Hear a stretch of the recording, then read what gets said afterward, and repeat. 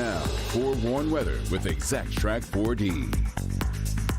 Some of the coldest air of the season is set to arrive later this week, but tomorrow it's still going to be a pretty mild day. So as the kids head out to the bus in the morning, we'll be in the middle to upper 50s, perhaps a touch cooler in some of the suburbs, maybe a light jacket. But by the time they come home, should be a-okay with temps back in the low 80s. That's a notch above where we should be this time of the year. And then the big time cold is set to arrive, perhaps the coldest air of the season so far. 60s for highs Thursday all the way through the weekend.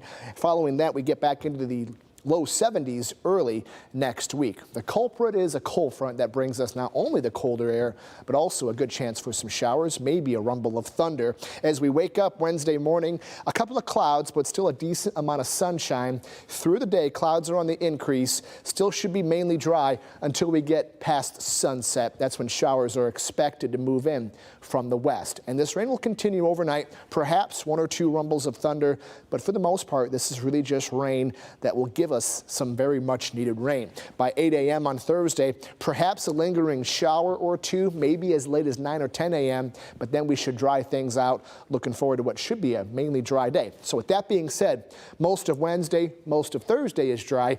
It's during the overnight that we're expecting most of the rain to fall.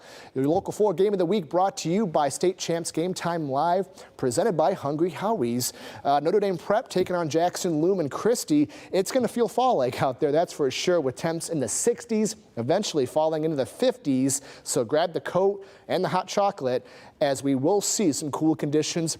The slight chance for rain can't be completely ruled out. I think, though, most of us will stay dry, and here's what I'm talking about. 8 a.m. on Friday, another front out to the west is set to move in. Not a very powerful front in terms of a temperature drop, but it may produce one or two showers. Here's 5 p.m., and you can see perhaps one or two closer to the thumb, but most of the rain is expected to stay to our north. So calling for a mainly dry forecast for Friday, but still at that slight chance for a stray shower or two. This, though, should be out of here as we head towards daybreak on Saturday, giving way to what should be a nice looking day to start the weekend. Let's recap your forecast for tonight. Temps dropping into the middle to upper 50s under mainly clear skies. A chilly night, but not a bad night to crack the windows open. Tomorrow we get back into the low 80s, a notch above where we should be this time of the year.